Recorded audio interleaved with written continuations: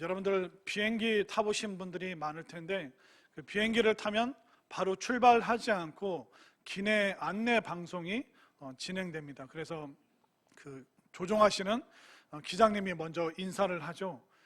이 비행기는 인천공항을 출발해서 어디를 경유하고 목적지인 어디까지 안전하게 여러분들 모시도록 하겠습니다 하면서 목적지에 대한 방송을 합니다. 그 다음에는 이제 스튜어디스 분들이 나오셔서 안전에 대한 설명을 하죠. 그래서 그 탈출 방향은 저쪽입니다. 이렇게 제가 흉내를 좀 낼게요. 이렇게 안내를 하고 또 구명조끼 이렇게 입고 탁 이렇게 벨트를 메고 탁탁 누르고 뭐 후 불면 이 똑같죠? 완전히 똑같죠. 외모도 연습하는 거 똑같죠? 그래서 이제 그분들이 이제 안전에 대한 설명을 해주는데 이 구명조끼 말고 또 다른 안전의 사항이 있는데 그것은 바로 산소 마스크입니다. 이 기체가 고장나서 막 공기가 빠져나가거나 이게 추락할 때 위에서 이게 툭 떨어지는 게 있는데 산소 마스크가 딱 내려옵니다. 그러면서 이제 계속 덧붙여서 설명하는 게 있는데 한번 퀴즈를 낼게요. 이 위험한 상황에서 산소 마스크가 탁 떨어졌을 때 우리가 아이랑 같이 갈 때 아이에게 먼저 이 산소 마스크를 씌워야 될까요? 내가 먼저 써야 될까요? 비행기 다 타보셨나 보네요. 저는 비행기 입석으로밖에 못 타봤는데 이 마스크가 딱 떨어지면 여러분들이 말씀하신 대로 아이에게 먼저 씌우면 안 되고 본인이 먼저 써야 된다고 하더라고요. 이 당황해서 아이 이거 씌우다가 시간을 지체해버리면 내가 이 숨 쉬는 게 가빠지면서 쇼크가 오면 내가 기절하게 됩니다. 부모가 기절하게 되면 아이도 못 살리고 나도 못 살고, 그렇기 때문에 먼저 내가 호흡하고 내가 숨을 제대로 쉬는 상태에서 아이를 재빠르게 아이에게 산소 마스크를 씌워줘야 됩니다. 그렇게 설명하는데 와, 저게 일리가 있구나, 그렇구나. 어른 먼저 쓰는 것이 이기적인 것이 아니라 위급하고 긴급한 상황에는 어른이 먼저 이것을 쓰고 또 아이를 안전하게 보호하기 위해서 그 다음에 마스크를 씌워줘야 되는구나. 그래서 올 한 해 우리의 표가 무엇입니까? 나를 살리고 가정을 살리고 또 지역사회를 살리고 그 살아나는 가장 먼저 그 출발점이 오늘 예배드리는 여러분들 한 사람 한 사람이 먼저 살아날 수 있게 되기를 소망합니다. 그래서 우리가 고백을 해야 되는 거예요. 여보, 이제 내가 살아날 거야. 얘들아, 엄마 아빠가 이제 살아날 거야. 엄마 아빠가 살고 우리가 살고 그리고 우리가 교회와 이 지역을, 나라와 민족을 살리는 이 사명이 우리에게 있어. 우리 먼저 살아나자. 우리 빨리 살아나자. 이것이 여러분들의 고백이 될 수 있기를 바랍니다. 오늘 본문 말씀에 하나님께서 에스겔과 이스라엘 백성들을 어떻게 살리시는가, 하나님께서 그들을 살리시는 그 방법을 보시고 또 여러분들이 살아나는 그 방법을 여러분들이 꼭 찾게 될 수 있게 되기를 간절히 소망합니다. 자, 그러면 오늘 본문에 먼저 누가 나오냐면 불행에 중독된 사람들이 나오고 있습니다. 자, 왜 그들이 불행에 중독되었을까요? 11절 말씀, 또 내게 이르시되 인자야, 이 뼈들은 이스라엘 온 족속이라. 그들이 이르기를 우리의 뼈들이 말랐고 우리의 소망이 없어졌으니 우리는 다 멸절되었다 하느니라. 하나님께서 이스라엘 백성들이 하는 말을 곰곰이 잘 들어봤더니 이스라엘 백성들이 끊임없이 불행의 언어, 또 안 좋은 언어를 계속 쓰고 있습니다. 우리의 뼈들은 말랐다. 우리가 완전히 죽음으로 시들어버렸다고 이스라엘 백성들이 말하고 있습니다.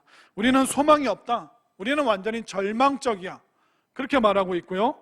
우리는 다 멸절되었다. 우리는 죽었다. 우리는 멸망했다. 그런데 이것은 상상력일 뿐입니다. 어떤 상상력이냐면 불행한 상상력. 그들이 죽지 않았습니다. 아직 살아 있습니다. 그럼에도 불구하고 자기들은 마른 뼈라고 말하고 그들은 자신들이 멸절됐다. 멸절은 멸종됐다는 거예요. 그러나 이스라엘 백성들, 수도 없이 많은 백성들이 아직 살아 있습니다. 그래서 이 이스라엘 백성들은 불행한 언어, 불행한 상상력을 통해서 지금 불행에 중독된 사람들이 지금 11절에서 나오고 있습니다. 우리 대부분의 사람들은 행복하게 살기를 소원합니다. 그래서 우리도 행복을 위해서 노력하죠. 그런데 여러분들 그거 아세요? 불행해지는데도 굉장히 많은 노력이 필요한 거 아십니까? 우리가 그냥 불행해지는 것이 아닙니다. 불행감을 그냥 갖게 되는 것이 아니라 우리가 수도 없이 끝도 없이 불행한 상상력을 되뇌이기 때문에 그 노력 때문에 우리가 지금 불행을 겪을 수밖에 없는 것입니다. 불행해지기 위해서는 많은 상상력이 필요합니다. 체념하고 절망하고 또 아직 오지도 않은 그 미래, 완전히 우리가 자포자기하는 것, 엄청난 노력을 기울여야지만 우리가 불행에 빠지게 되는 거예요. 그냥 불행하고 그냥 힘든 것이 아니라는 것입니다. 습관적으로 시리에 빠지고 자동적으로 절망하고 죽었다, 끝났다, 더 이상 희망이 없다, 그 말을 끊임없이 우리는 계속 하고 있는 것이죠. 잘못된 것을 열심히 하면 나타나는 현상이 중독입니다. 그것을 중독이라고 말하는데 사람이 술과 도박과 마약에만 중독되는 것이 아닙니다. 사람이요, 불행에도 중독됩니다. 절망에 중독된 사람, 무기력에 중독된 사람, 수많은 불행의 중독들을 우리가 지금 몸소 겪고 있는 것이죠. 이스라엘 백성들은 그 불필요한 상상력, 그 불행의 언어를 끊임없이 말한 겁니다. 우리는 안 돼. 우리는 죽었어. 우리는 멸종되고 멸망될 거야. 우리는 완전히 이 땅에서 사라질 거야. 그렇지 않은데 그들은 잘못된 상상력으로 불행에 지금 중독되어 있습니다. 그러면 하나님께서 어떻게 하실까요? 어떻게 그들을 그 불행으로부터 벗어나게 만드실까요? 하나님께서 어떤 방법으로 그들의 불행의 상상력을 끊어내실까요? 그것은 바로 하나님께서 새로운 언어, 생명의 언어로 그 불행을 끊으셨음을 확실히 깨달으시기를 바랍니다. 에스겔 말씀 보면 암담한 현실이 나와요. 그럼에도 불구하고 하나님께서는 에스겔을 통해서 희망의 언어, 행복의 언어, 살아나고 살리고 그 생명의 언어를 끊임없이 이스라엘 백성들에게 지금 주고 계십니다. 그래서 우리의 불행을 멈추는 게 뭘까요? 바로 하나님께서 주시는 그 희망의 언어가 우리의 모든 불행과 또 불안감을 이길 수 있음을 깨달으시기를 바랍니다. 성경을 보잖아요. 성경을 보면 참 암담한 현실이 너무나도 많습니다. 그리고 성경의 이야기뿐만 아니라 우리 대한민국의 역사를 한번 생각해 보십시오. 지금 코로나로 인해서 어렵잖아요. 그러나 지금만 어렵습니까? 그 전에도 암담한 현실이 얼마나 많았습니까? 가까운 근래로는 2008년도에 그 미국의 무슨 모기지 그것 때문에 또 금융의 위기가 있었죠. 또 IMF를 진짜 우리는 몸소 겪었습니다. 그 이전에 6.25 동란을 겪었고 일제강점기가 있었고 조선시대 때는 암담했을까요? 희망이 넘쳤을까요? 수많은 인류의 역사를 보면 너무나도 어렵고 힘든 시절이 많았습니다. 성경에도 보면 암담한 현실이 나오죠. 그러나 그 어려운 현실, 불행감을 느낄 수밖에 없는 그 현실 속에서도 하나님께서는 새로운 사람을 세우시고 또 새로운 사람에게 새로운 언어를 주셔서 그 모든 불행한 현실을 이길 수 있도록 하나님께서 역사해 주셨습니다. 노아를 생각해 보십시오. 노아 시대 때 아무도 하나님을 찾는 사람들이 없습니다. 사람들이 마음에 생각하는 것이 악한 것밖에 없었습니다. 그 암담한 현실 속에서 하나님께서는 노아를 선택하시고 그에게 방주를 만들라 말씀하시고 이제 새 시대를 열 수 있는 새로운 언어, 새로운 사람들을 하나님께서 끊임없이 만들어 내셨습니다. 모세는 어땠습니까? 모세가 있었던 그 애굽 땅에서 이스라엘 백성들은 400년이 넘는 시간 동안 노예로 살았습니다. 그들은 노예의 언어를 말했습니다. 400년 동안 절망의 언어를 말했습니다. 그러나 하나님께서는 모세를 선택하셔서 그에게 민족 해방과 자유와 희망의 언어, 살아나는 언어를 하나님께서 모세에게 주셨습니다. 가나안 땅에 들어갈 때 두려워하는 여호수아에게 희망과 승리의 언어를 그에게 주셨습니다. 욥이라는 개인을 생각해 보십시오. 욥은 모든 재산을 다 잃었습니다. 자녀들이 다 죽었습니다. 그리고 건강도 잃어버리고 온 몸에 종기가 나서 그가 긁으면서 너무나도 힘든 하루하루를 살고 있었습니다. 그 암담한 현실 속에서 하나님은 욥에게 정금이라는 단어, 이 하나님의 언어를 그에게 주셔서 그 암담한 현실을 이길 수 있도록 역사해 주셨습니다. 그리고 신약시대 때 말라기에서 마태복음까지 400년 동안 하나님의 묵상과 하나님의 묵시와 비전과 하나님의 선지자들이 없었습니다. 한번 생각해 보십시오. 지금 한국 땅에 목사님이 없어서 400년 동안 하나님의 말씀이 전해지지 않는다고 생각해 보십시오. 40일도 아니고 4년도 아니고 400년 동안 완전히 그 절망의 암담한 현실 속에서 하나님께서는 세례 요한을 선택하시고 그에게 말씀을 주시죠. 회개하라, 천국이 가까웠느니라. 하나님께서는 천국의 언어를 세례 요한에게 주셔서 그 모든 암담한 현실을 끊어낼 수 있도록 역사해 주셨음을 분명히 깨달으시기를 바랍니다. 하나님께서 이스라엘을 변화시키시기 위해서 뭘 주셨다고요? 그들의 불행한 상상력을, 불행에 중독된 그들을 멈추시기 위해서 하나님께서는 새로운 언어, 생명의 언어, 희망의 언어를 통하여 이스라엘을 온전히 변화시키고 계심을 확실히 믿으시기를 바랍니다. 그러면 하나님은 어떤 희망의 언어를 주실까요? 12절을 보십시오. 그러므로 너는 대언하여 그들에게 이르기를 주 여호와께서 이같이 말씀하시기를 내 백성들아 내가 너희 무덤을 열고 너희로 거기에서 나오게 하고 이스라엘 땅으로 들어가게 하리라. 11절과 12절이 딱 붙어 있는데 11절은 죽음과 멸망의 언어입니다. 불행의 언어입니다. 그러나 12절에서 하나님께서 희망과 생명의 언어를 주고 계시죠. 11절에서 그들은 우리의 뼈는 말랐다. 그들은 죽음과 무덤의 언어를 사용했습니다. 그러나 하나님께서는 무덤을 열어주신다 말씀하십니다. 무덤이 아니라 두려움이 아니라 생명의 언어를 말씀하고 계시죠. 이스라엘 백성들, 우리에게는 소망이 없습니다.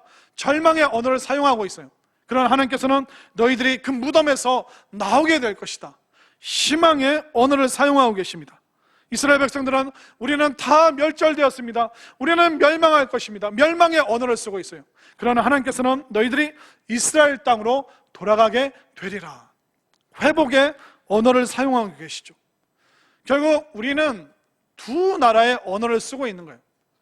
이스라엘 백성들은 지금 죽은 나라의 언어를 쓰고 있고 하나님께서는 지금 살아나는 나라의 언어를 쓰고 계시는 것입니다.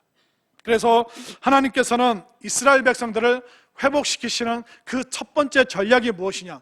그것은 바로 이스라엘 백성들의 모국어를 바꾸는 것, 그들이 쓰고 있는 그 죽음의 모국어를 바꾸는 것, 여기서부터 하나님께서는 새로운 시작을 계획하고 계시는 것입니다. 죽은 언어가 아니라 살리는 언어, 절망의 언어가 아니라 희망의 언어, 불행의 언어가 아니라 그 행복의 언어. 그들의 모국어가 변하지 않으면 그들은 변화되지 않기 때문에 하나님께서는 에스겔을 통해서 새로운 모국어, 생명의 언어를 주고 계시는 거예요. 37장에서 하나님께서 에스겔에게 뭐라고 말씀하셨습니까? 이제 성령의 새로운 생기가 불어와서 너희들이 살아날 것이다. 절망의 상상력이 아니라 희망의 상상력, 마른 뼈들이 군대가 되는 그 놀라운 상상력을 하나님께서 에스겔에게 주셨습니다. 또 47장에서 어땠습니까? 그들이 죽어가고 있었지만 하나님께서는 새로운 상상력을 주시죠. 성전 문지방에서부터 생명의 물, 살리는 물, 그 물이 강을 살리고 바다를 살리고 물고기를, 그곳에 인접한 모든 나무를 살리고 그리고 어부들이 돌아오게 되는 놀라운 상상력, 그 희망의 언어, 새로운 모국어를 그에게 주시면서 끊임없이 에스겔과 이스라엘 백성들을 살리기 위해서 그들의 모국어를 바꾸시는 그 하나님을 여러분들이 바라보시기를 바랍니다. 우리의 이 모국어가 이쪽 나라, 죽음의 나라에서 생명의 나라 언어로 바뀌는 것이 왜 그렇게 중요하냐면, 그 독일의 철학자 중에 하이데거라는 사람이 있는데 이 사람이 이런 말을 했습니다. 언어는 존재의 집이다. 이게 좀 어려운 말인데요, 이 말이 뭐냐면 사람은 건물이라는 눈에 보이는 공간에서 살아가는 것이 아니라 언어를 통해서 우리는 살아가고 있다. 언어를 통해서 우리는 매일매일 집을 짓고 있다라고 말하고 있습니다. 여러분들이 아무리 화려하고 좋은 집에 살아도 여러분들의 언어가 누추하면 여러분들은 흉가와 폐가에서 살고 있는 거예요. 그러나 아무리 어려운 현실 속에 살아도 여러분들의 언어가 희망과 생명의 언어라면 여러분들은 가장 안전하고 좋은 집에서 살고 있는 것입니다. 결국 우리의 언어로 우리는 존재하고 우리의 언어로 우리는 집과 건물과 우리의 인생을 만들어가고 있기 때문에 이스라엘이 그 무덤으로부터 죽음으로부터 나오기 위해서는 그들의 모국어, 그들의 언어를 바꾸지 않고는 환경을 아무리 좋은 것을 제공한다고 해도 그들은 무덤이라고 생각할 것이고, 또 하나님께서 새로운 땅을 주셔도 이것은 절망의 땅이다라고 그들이 말할 거기 때문에 모국어가 바뀌지 않는 이상 변화되지 않는 거예요. 이쪽 나라 언어에서 생명의 나라 언어로 넘어오지 않고는 계속 그 죽음의 땅에서 이스라엘이 살아갈 수밖에 없기 때문에 하나님께서는 그들이 그 언어로 존재하기 때문에 그 언어를 끊임없이 바꾸고 계심을 여러분들이 꼭 믿으시기를 바랍니다. 그래서 우리는 좋은 언어를 구사해야 되는 거예요. 베드로를 한번 생각해 보십시오. 예수님께서 제자들을 불러 모아놓고 물어보십니다. 사람들이 나에 대해서 뭐라고 하느냐? 그랬더니 제자들이 어떤 사람들은 세례 요한이 살아났다, 또 어떤 사람들은 엘리야가 살아났다라고 얘기하던데요. 그러면 사람들의 말이 아니라 너희들은 어떻게 생각하느냐? 그랬더니 베드로가 주는 그리스도시요 살아계신 하나님의 아들이시니이다. 이 언어를 사용했더니 세상 사람들이 쓰는 언어가 아니라 새로운 언어를 말했더니 예수님 무릎을 탁 치면서 바요나 시몬아, 이 말은 혈육이 너에게 알려준 것이 아니라 하나님께서 지금 너에게 알려주신 것이다. 내가 기분이 너무 좋다. 이제 베드로, 너를 이제 반석이라고 부르고 이제 이 반석 위에 내가 교회를 세우고 내가 너에게 천국 열쇠를 주겠다. 땅에서 묶으면 하늘에서도 묶이고 땅에서 풀면 하늘에서도 풀리는 그 권능과 권세를 내가 너에게 주겠다. 누구에게요? 이 절망의 언어가 아니라 희망의 언어, 불신앙의 언어가 아니라 믿음의 언어, 이 생명의 언어를 고백하는 그 베드로에게 예수님께서는 놀라운 칭찬과 축복을 베풀어 주셨습니다. 그렇기 때문에 우리가 살아나기 위해서 어떻게 해야 돼요? 언어가 바뀌어야 되는 거예요. 여러분들의 모국어가 바뀌고 여러분들의 불행한 상상력의 그 언어가 아니라 하나님께서 주시는 행복과 희망의 그 아름다운 언어를 구사할 때 여러분들의 인생 가운데 행복과 축복이 넘치게 되기를 간절히 소망합니다.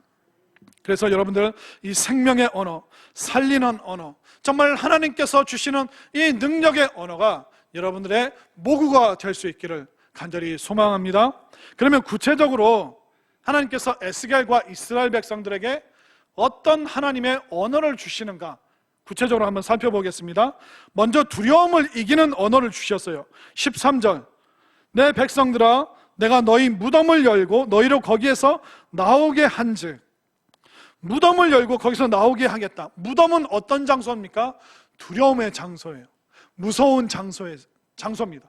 이스라엘 백성들은 이 두려움에 빠져 있는 거예요.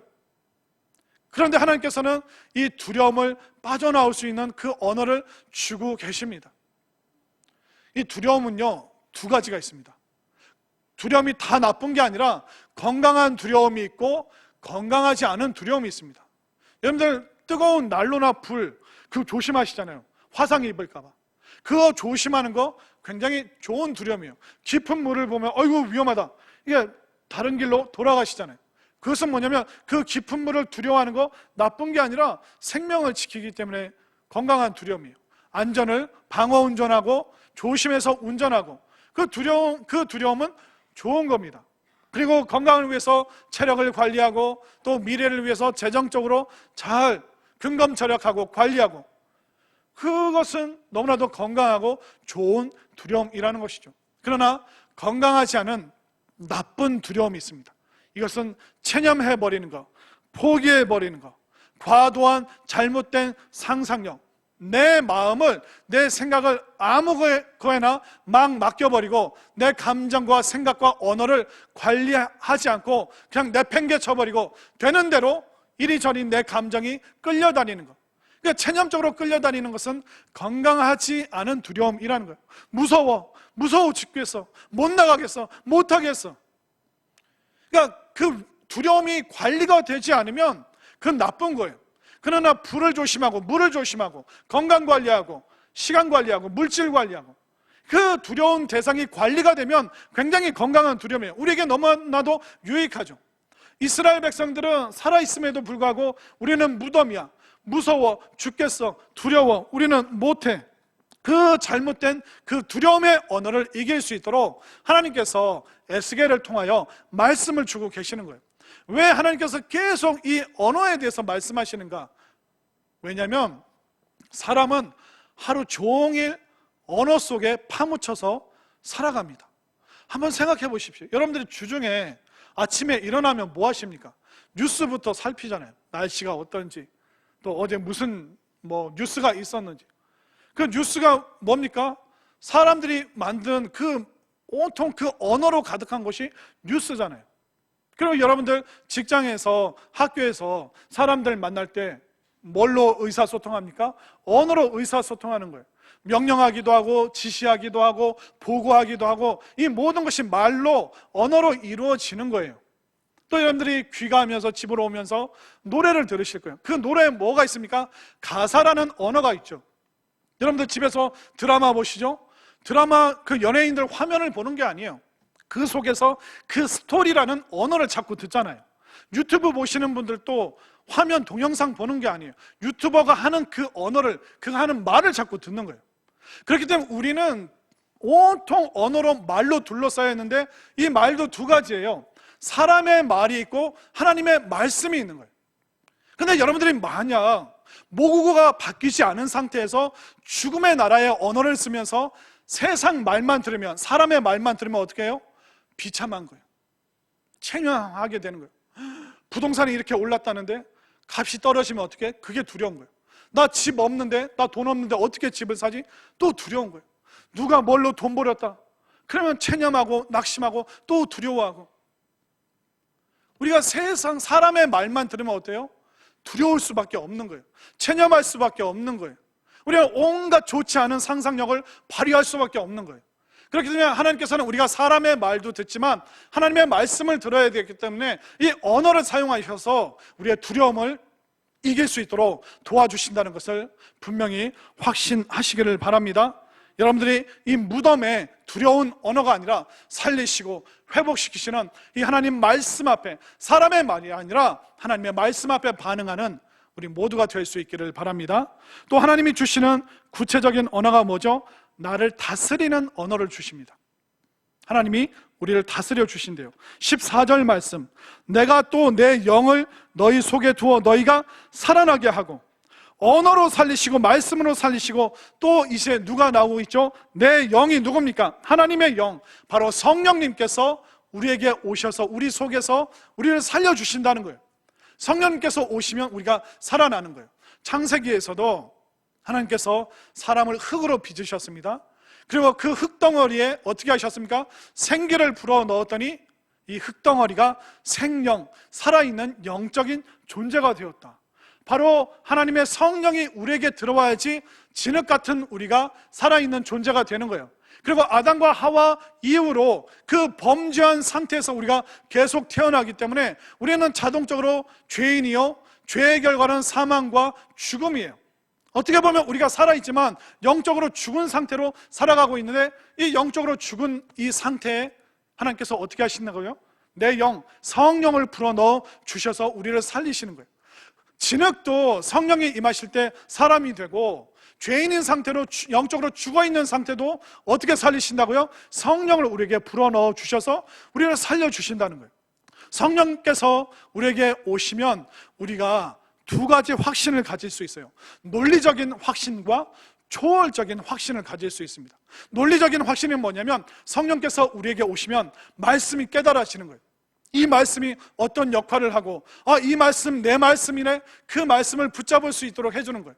또 이 논리적으로 이 말씀을 통해서 인생을 깨닫고, 나를 깨닫고, 하나님이 누구시고, 또 자녀 양육을 어떻게 하고 인생을 어떻게 살아가야 되고, 성령께서 우리에게 오시면 말씀이 살아서 움직일 수 있도록, 그래서 성경이 뭐라고 말하고 있습니까? 하나님의 말씀은 살았고 운동력이 있어 좌우의 날선 검보다 예리하여 우리의 영과 혼과 및 골수와 관절을 찔러 쪼개기까지, 그러니까 우리를 완전히 해체해서 새롭게 만드시는 그 능력이 성령님께서 깨달아지도록 하는 그 논리적인 확신을 통하여, 이 말씀을 통하여 우리가 살아날 수 있도록, 논리적으로 생각이 살아날 수 있도록 도와주시는 거예요. 그리고 성령님께서 우리에게 들어오시면 초월적인 확신을 주십니다. 은혜와 은사와 권능의 이 체험적인 이 확신을 주시는 것이죠. 성령이 너희에게 임하시면 너희가 권능을 받고 그리고 땅끝까지 이르러 내 증인이 되리라. 두려움 그 무덤의 장소에서 벗어나서 땅끝까지 간대요. 전도와 선교의 일을, 제자들 십자가 앞에서 다 도망갔습니다.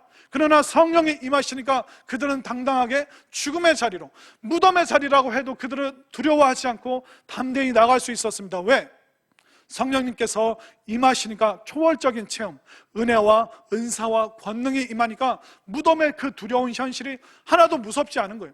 말씀이 그들을 다스리고 지배하고 있고 또 성령의 권능이 그들을 체험적으로 초월적으로 다스리고 있으니까 이 현실이 무섭거나 두렵지 않은 거예요.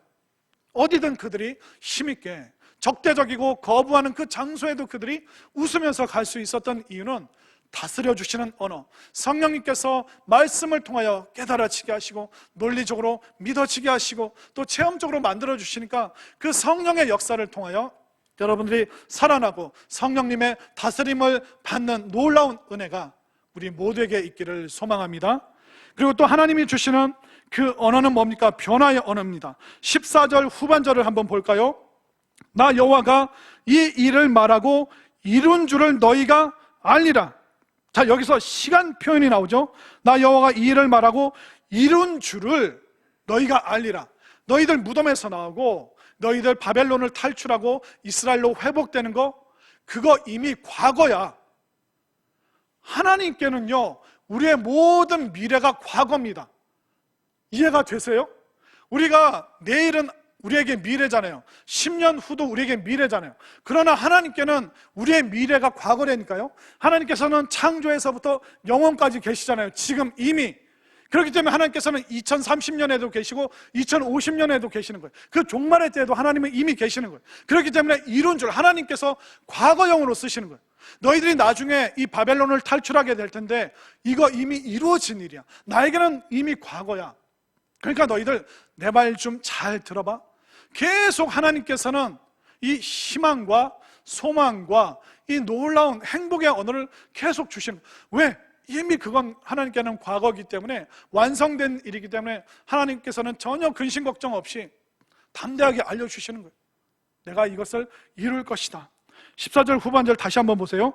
나 여호와가 이 일을 말하고, 이 일을 말한다는 이 원어의 뜻이 뭐냐면 정복되어질 때까지 말할 것이다. 다시 말해서 너희 마음이 내 언어로 정복되어질 때까지 나는 계속 말할 거야. 왜? 이미 이루어진 일이기 때문에, 나에게는 너무나도 확고한 일이기 때문에 너희들이 근심 걱정 염려 없이, 너희들이 복잡해하지 않도록 이 언어가, 너희들을 살리는 이 언어가 너희들을 지배할 때까지, 너희들을 정복할 때까지 나는 이 생명의 언어를 계속 말할 거야. 하나님께서 그렇게 강력하게 이야기를 하고 계십니다. 왜 하나님께서는 언어로 우리를 정복하길 원하실까요? 서울 백병원에 우종민 교수라는 정신건강학과 의사분이 계신데, 이 교수님이 쓴 책 내용 중에 그런 게 있습니다. 우리의 뇌는 말과 현실을 구분하지 못한다. 그러니까 말과 현실을 구분하지 못한대요. 이 말은 뭐냐면, 아무리 현실이 어려워도 우리가 자꾸 감사하다, 잘할 수 있다, 이겨낼 수 있다, 행복하다, 그러면 우리의 뇌는 지금 내가 사는 이 현실을 뇌가 인식하는 것이 아니라 내가 내뱉는 그 말을, 내가 마음으로 생각하는 그 말을 이 뇌가 사실로 받아들이는 거예요. 그래서 내가 아무리 행복하고 좋아도 기뻐도 힘들어, 못 살겠어, 못하겠어, 죽겠어, 그러면 행복한 현실을 뇌가 인식하는 것이 아니라 내가 마음으로 하는 말을, 말로 내뱉던 생각으로 하던 우리의 뇌는 내가 말하는 것을 현실로 받아들이게 되어 있다는 것입니다. 그래서 이 교수님이 하는 얘기가 뭐냐면, 학생에게 똑같은 학교인데 물어봤을 때 공부 어때? 할만합니다 하면 이 할만하다고 이 뇌가 인식하는 거예요. 그런데 어떤 학생에게 물어봤을 때 공부 할만하냐? 죽지 못해 합니다. 그러면 이 뇌는 죽지 못해 하는구나, 죽고 싶구나, 얘는 하기 싫구나, 살기 싫구나. 그 뇌는 그 현실과 상관없이 그 사람이 하는 말대로 그 말만 붙잡는다는 거예요. 그리고 그분이 또 예를 들어서 이렇게 설명하더라고요. 분명히 거짓말이라고 전제하고 칭찬을 듣게 되어도 당사자는 기분이 좋아집니다. 그러니까 거짓말입니다 라고 말해놓고도 칭찬하면 우리의 뇌는 그 칭찬만 싹 흡수를 한대요. 그래서 이렇게 말을 한대요. 거짓말이긴 한데요, 너무 멋있어요. 그럼 우리의 뇌는 나 멋있어? 그것만 붙잡는다는 거예요. 이 거짓말이긴 한데요, 너무 예쁘셔요 하면 나 예뻐? 우리의 뇌는 그것만 딱 붙잡는데요. 자, 우리 한번 연습을 할까요? 옆에 분이 남자면 저 거짓말이긴 한데요, 멋있으시네요. 여자분이면 거짓말이긴 한데요, 예쁘시네요. 한번 인사하겠습니다. 시작. 거짓말이긴 한데요, 멋있네요. 거짓말이긴 한데 예쁘시네요. 보세요. 여러분들 뇌가 나 멋있어? 나 예뻐? 이게 뇌로 들어오니까 여러분들 표정과 근육이 어때요? 활짝 지금 살아나잖아요. 거짓말이라고 분명히 선언했잖아요. 그런데도 우리의 마음이 어떻습니까? 우리의 뇌가 그것만 딱 현실로 인정한다는 거예요. 그러니까 내 생김새, 이 현실과 상관없이 저 사람이 해준 말만 우리의 뇌가 딱 받는 거예요. 그래서 제가 늘 여러분들에게 좋아요, 멋있어요, 예뻐요, 늘 이 얘기를 해주잖아요. 저는 진실만을 말합니다. 그렇기 때문에 하나님께서 언어에 대해서 이렇게 강조하고 계시는 거예요. 하나님께서는 이 언어의 힘을 아시기 때문에 우리의 언어를 내버려 두시지 않고 이 언어를 가장 적극적으로 사용하시는 분이 누구십니까? 하나님이셔요. 하나님께서는 이 언어를 창조하셨고 이 언어로 우리를 살리시고 이 언어로 우리의 뇌와 우리의 삶과 나 자신과 가정과 지역과 나라와 민족을 살리는 그 첫 번째 전략으로 하나님께서는 언어를 선택하시는 거예요. 이 창조하실 때도 언어로 하셨죠. 사람을 구원하실 때도 그 언어로, 마음으로 믿는 것을 입으로 고백할 때 네가 구원받았다. 베드로야, 너는 나에 대해서 무엇이라고 고백할 것이냐. 그 언어를 듣길 원하시는 거예요. 그런데 하나님께서는 희망과 생명의 언어를 듣길 원하시는데, 아니 이 나라에 사는 사람이 엉뚱한 모국어를 사용한다면 하나님께서 얼마나 속이 상하시고 아프시고 힘드시겠습니까? 여러분들, 우리의 현실 어려울 수 있어요. 암담할 수 있어요. 그러나 하나님께서는 이 어렵고 불행한 현실을 이길 수 있는 것으로 언어를 선택하셨어요. 그래서 여러분들이 새로운 모국어를 구사하시기를 바랍니다. 또 여러분들이 끊임없이 그렇게 생명의 나라의 언어를 말할 때마다 현실이 비록 어렵고 힘들지라도 내가 살아나면서 우리 가족을, 내 아내를, 내 남편을 살리고 또 지역과 이 민족을 살릴 수 있는 그 능력이 바로 이 새로운 모국어인 바로 하나님의 그 생명의 말씀에 있다는 것을 분명히 깨달으시기를 바랍니다. 당장 여러분들의 모국어 바꾸세요. 이스라엘 백성들 무덤의 언어 사용했습니다. 그러나 하나님은 생명의 언어를 주고 계십니다. 그들은 절망의 언어를 노래하고 있습니다. 그러나 하나님께서는 희망의 노래를 우리에게 주고 계십니다. 그들은 멸망했다고 말합니다. 그러나 하나님께서는 너희들은 회복할 것이다. 회복의 언어를 주고 계십니다. 이 두 나라 사이에서 죽은 나라 언어 여러분들 과감하게 버리시고 하나님께서 주시는 새로운 모국어인 생명과 살아나는 그 언어를 쓰시기를 바랍니다. 여러분들 살아나실 겁니다. 하나님의 말씀이 여러분들을 살리실 것입니다. 또 여러분들은 이 새로운 모국어로 새로운 나라, 새로운 희망의 삶을 살게 될 것입니다. 에스겔과 이스라엘 사람들 바벨론에서 노예로 살았어요. 노예들이 쓰는 언어가 뭡니까? 노예의 언어예요. 절망의 언어예요. 불행의 언어예요. 그러나 하나님께서는 그 노예들에게 내가 너희들에게 자유의 언어를 주겠다.